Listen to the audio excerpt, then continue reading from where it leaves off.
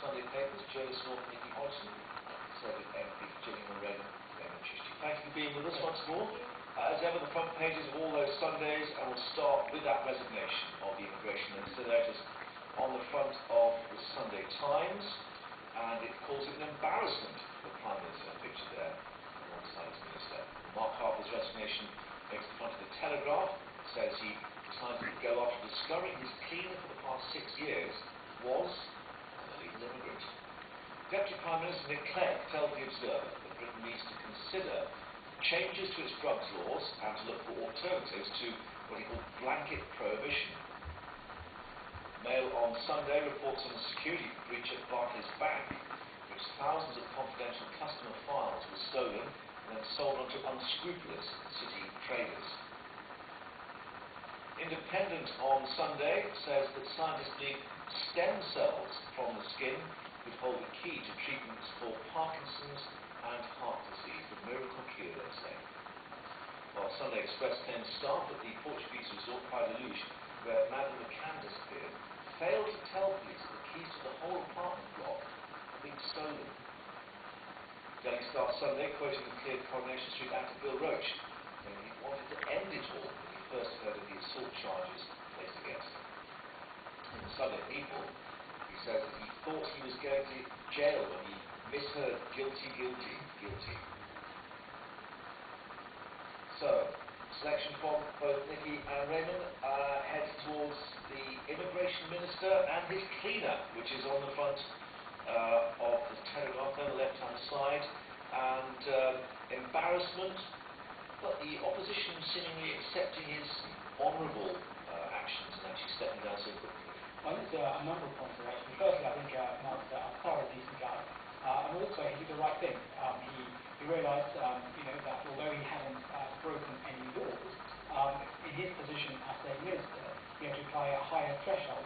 And as a result of that, he came out straight away and resigned, rather than do what Baroness Scotland did when she was Attorney General, and she had employed somebody who was illegal in the country, and she never did that. Difficulty, of course, being that he's trying to tighten up the paperwork over this issue, and one reflects if a cabinet minister's fallen foul, what hope is there for other members of the public for this? Yes, and that's the thing. Although he's done what Baroness Scotland didn't do by resigning, he actually did repeat one of the same errors, which was not keeping the correct paperwork on the cleaner. He's done that. Well, he carried out checks, but clearly he took what he was told in good faith, but did then not follow up with...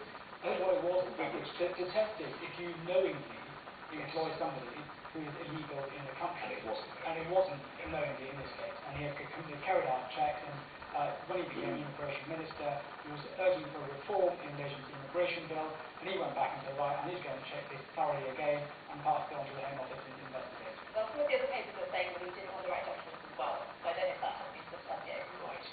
So clearly, I mean, he would have got, or would have thought an indication that Sunday papers were going to go with this quite heavily, and his position, I guess, became untenable. Well, I think there's a slight difference actually. If the papers had got wind of it, they would have gone with it. I think what he did is, that he found out. So he took the action first. He took the action. He said, right, I found this out on Thursday. Spoke to the relevant people he had to speak to, and took the decision he did. And the other thing he's doing is potentially protecting his political career, because the way that he's resigned, he could come back sooner rather than later. Indicated that he wasn't. Yeah. Not just that, but I think he has been a good minister and what he has done. Yes, and that's been accepted by the opposition as well, I think. Yeah. Right, inside the Express now, page 2 there it is, cable block on curbing strikes, which means what? I think what it's saying actually is in relation to the recent tube strike that we've had in London, which has been completely unfair on Londoners all round, and it was that where those ballots have been carried out, there'd been a low turnout in those ballots. 30%. Yeah, 30%. Very low turnout in relation to those, and those that wanted to strike then was a small proportion as well. And what it's saying over here is that there should be a turnout of 50% according to Boris Johnson.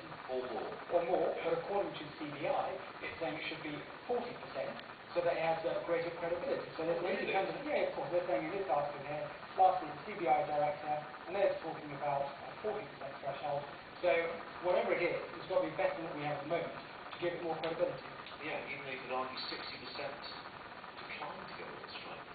It's an odd thing for the CBI to take that view. I think what they're saying actually is because the implications that it has for employers and the economy and people coming to work. You know, we're losing, say, £2 million a day when those strikes happen. So therefore, having a small number of people who hold the rest of the country and others hostage is completely and utterly wrong. So this would be for key industries, key services? I think what it would be for, if you wanted to carry out a strike, then in relation to that, in my view, you would have to have the same policy for all industries rather than simply one industry. It has to be fair across the board. Yeah, okay. But clearly, as one senior science said, the real roadblock is cable. That's good. Well, like I say, I think it's what Vince Cable is thinking. I cannot go and do that, but you know, that's what the might be the election blocking, who knows? Right, okay. Mail page 15. Well, you're really diving inside the papers here. I don't regret saying I wish I had breast cancer. I'd have a better chance to live. And we've seen death threats as a result of this? Yeah, this is quite a provocative story. It's about a lady called Kerry Harvey, who's 25. Who has pancreatic cancer, and she's featured in a campaign for the Pancreatic Cancer Action Group. And yeah, you see the tagline there, it's quite positive. She's saying, I wish I had breast cancer rather than pancreatic, because she'd have a much higher rate of survival. She now said that she only has 4 to 5 months left to live. But she's been vilified and attacked by all kinds of people, including the TV presenter Gloria Hunniford, whose daughter died of breast cancer. You know, saying what she considers to be an outrageous thing. She's got the right to say whatever she wants. Well, that's what I certainly think. She surely is allowed to say what she likes, and she's just pointing out the fact that people with breast cancer have a higher chance of survival. Yeah. She's not denigrating. She's not denigrating them. There's a similar issue, of course, with you know, the attempt, and quite rightly, my mother died of breast cancer, so I have no crossfire on this.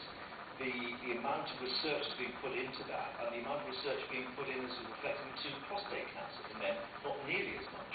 Well, I think it is the case. I was at a reception recently in Parliament and was looking at bowel cancer, and I was talking about the difference in funding that's given to diagnosis, and also looking at how easy it is to detect and identify those features that you may have, which would then make you think. The genetic makeup. Yeah, that you may have. So I think in relation to some areas may have had greater aspect of funding, and others may not have the same amount of funding, or may not have been highlighted that much. Yeah.